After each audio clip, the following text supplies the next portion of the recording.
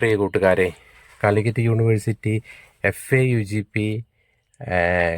മലയാളം MDCയിൽ പഠിക്കാനുള്ള ഒരു പാഠഭാഗമാണ് മതങ്ങളും സംസ്കാരവും എന്നുള്ളത്. ആ ഭാഗത്ത് മതങ്ങളും സാംസ്കാരിക സമന്വയവും എന്ന ശ്രീധരമേനോൻ്റെ പാഠ്യഭാഗത്ത് അദ്ദേഹം ഓരോ മതങ്ങളെ കുറിച്ചിട്ടും ചർച്ച ചെയ്യുന്നുണ്ട്. ഈ ക്ലാസ്സിൽ നമ്മൾ കേരളത്തിലെ ക്രിസ്തുമതത്തിൻ്റെ ആവിർഭാവവും അല്ലെങ്കിൽ ക്രിസ്തുമതത്തിൻ്റെ സാംസ്കാരിക സംഭാവനകളെയുമാണ് നാം ചർച്ച ചെയ്യുന്നത്.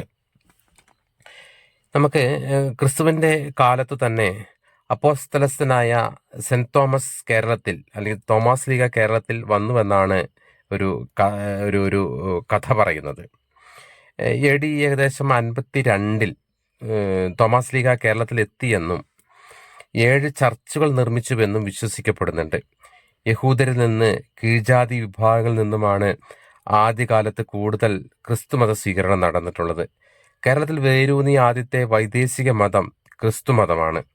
ക്രിസ്തുമതം വരുന്ന സമയത്ത് കേരളീയർ ബുദ്ധ ജൈന മതമായും സംഘകാലത്തെ തുടർച്ചയായ ദ്രാവിഡ മതാചാരത്തിൽ ജീവിച്ചിരുന്നവരുമായിരുന്നു. പിന്നീട് ശക്തി പ്രാപിച്ച വൈദിക ഹിന്ദു സമുദായത്തിലെ കഠിന ജാതി വ്യവസ്ഥകൾ കേരളത്തിൽ ക്രിസ്തുമതം വ്യാപിക്കാൻ കാരണമായി.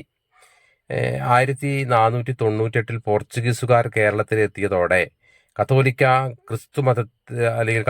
ക്രിസ്തുമതത്തിന് ഇവിടെ ഒരു ആധികാരികപരമായിട്ടുള്ള സ്ഥാനമുണ്ടാകുന്നു. അക്കാലത്ത് കേരള സംസ്കാരത്തോട് സൗഹാർദ്ദപൂർണമായി കഴിഞ്ഞിരുന്ന സിറിയൻ ക്രിസ്ത്യാനികളെ കാത്തലിക് സഭയിലേക്ക് മാറ്റുക പോർച്ചുഗീസുകാരുടെ ലക്ഷ്യം. അതിനുവേണ്ടി അവർ ക്രിസ്ത്യാനികളെ ആക്രമിക്കുകയും അല്ലെങ്കിൽ പലതരത്തിൽ നിർബന്ധിക്കുകയും ചെയ്തിരുന്നു എന്നുള്ളതാണ് ഒരു വസ്തുത. അത്തരം സംഘടനകളെയാണ് നമ്മൾ കൂനൻ കുരിശ് പോലുള്ള സംഭവങ്ങളിലേക്ക് കേരളീയ ക്രിസ്ത്യാനികൾ നയിച്ചത് എന്നുകൂടി മനസ്സിലാക്കേണ്ടത്. പിന്നീട് മലബാറിലെ ഒട്ടേറെ അധസ്ഥിത വിഭാഗങ്ങളെ മതപരിവർത്തനം നടത്തി പ്രൊട്ടസ്റ്റന്റ് ക്രിസ്ത്യാനികളാക്കുകയും സിറിയൻ വിഭാഗങ്ങളെ സഭാപരിവർത്തനം ചെയ്യിപ്പിക്കുകയും ചെയ്തു എന്നുള്ളതാണ്. പിന്നീട് കേരളത്തിലെ ഏറ്റവും പ്രമുഖമായിട്ടുള്ള മതവിഭാഗമായി എന്ന നിലയിൽ മാത്രമല്ല, ആധുനികതയുടെ പ്രയോക്താക്കൾ എന്ന നിലയിൽ കേരളത്തിൻ്റെ സാംസ്കാരിക പുരോഗതിയിൽ ഗണ്യമായിട്ടുള്ള സംഭാവനകൾ ക്രിസ്ത്യാനികൾ ചെയ്തിട്ടുണ്ട്. മതപ്രബോധനത്തിനായി വന്ന മിഷണറിമാർ ചെയ്ത സേവനങ്ങളാണ് ഇവയിൽ നമുക്ക് മുൻപന്തിയിൽ നിൽക്കുന്നത്. നമ്മുടെ ഭാഷയും സാഹിത്യവും ഇത്രമേൽ വികസിക്കാൻ കാരണം മിഷണറിമാരുടെ വലിയ പരിശ്രമമാണ്.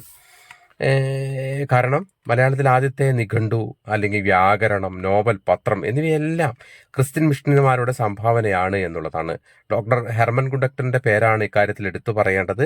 മലയാള ഭാഷ പഠിക്കാനും അതിൽ വ്യാകരണവും നിഘണ്ടുവും നിർമ്മിക്കാനും പത്രങ്ങളും നോവലുകളും പ്രസിദ്ധീകരിക്കാനും അവർ തുനിഞ്ഞിറങ്ങി. അത് സാഹിത്യത്തെയും ഭാഷയെ വികസിപ്പിക്കുകയും ഇന്ത്യയിലെ തന്നെ പ്രധാന ഭാഷകളെ ഒന്നാക്കി മലയാളത്തെ മാറ്റുകയും ചെയ്തു. ആദ്യത്തെ ഇംഗ്ലീഷ് മലയാളം നിഘണ്ടു മാത്രമല്ല, രാജ്യസമാചാരം എന്ന പത്രം, കേരളോൽപ്പത്തി എന്ന ചരിത്രവും വ്യാകരണവും രചിച്ചത് ഹെർമൻ ഗുണ്ടക്ടാണ്.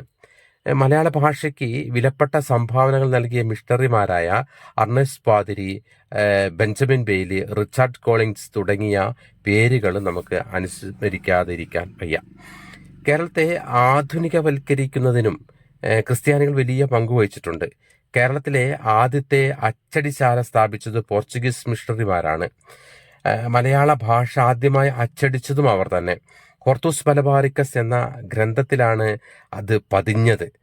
കോട്ടയത്ത് പോർച്ചുഗീസുകാർ ആദ്യത്തെ അച്ചടിശാല സ്ഥാപിക്കുന്നത് അതേ കാലത്താണ് തിരൂരിലെ തുഞ്ചൻ പറമ്പിൽ എഴുത്തച്ഛൻ ജീവിച്ചിരുന്നത് എന്ന് മനസ്സിലാക്കുമ്പോഴാണ് കേരളത്തെ ആധുനികവൽക്കരിക്കുന്നതിൽ ക്രിസ്ത്യാനികൾ വഹിച്ച പങ്ക് ബോധ്യപ്പെടുക. ഇവിടെ ആശുപത്രികൾ, വിദ്യാലയങ്ങൾ, കോളേജുകൾ, പുസ്തകശാലകൾ അവർ സ്ഥാപിക്കുകയും ജാതമതമേന്യമന്യേ വിദ്യാർത്ഥികളെ അവിടെ പഠിപ്പിക്കുകയും ചെയ്തു എന്നുള്ളതാണ് ക്രൈസ്തവ മതത്തിൻ്റെ ഒരു പ്രത്യേകതയായി നമുക്ക് എടുത്തു പറയാൻ കഴിയുന്നത്. കേരളത്തിലെ വിദ്യാഭ്യാസപരമായ മേന്മയിൽ എത്തിക്കുന്നതിന് ക്രിസ്തുമതത്തോട് നാം കടപ്പെട്ടിരിക്കുന്നു.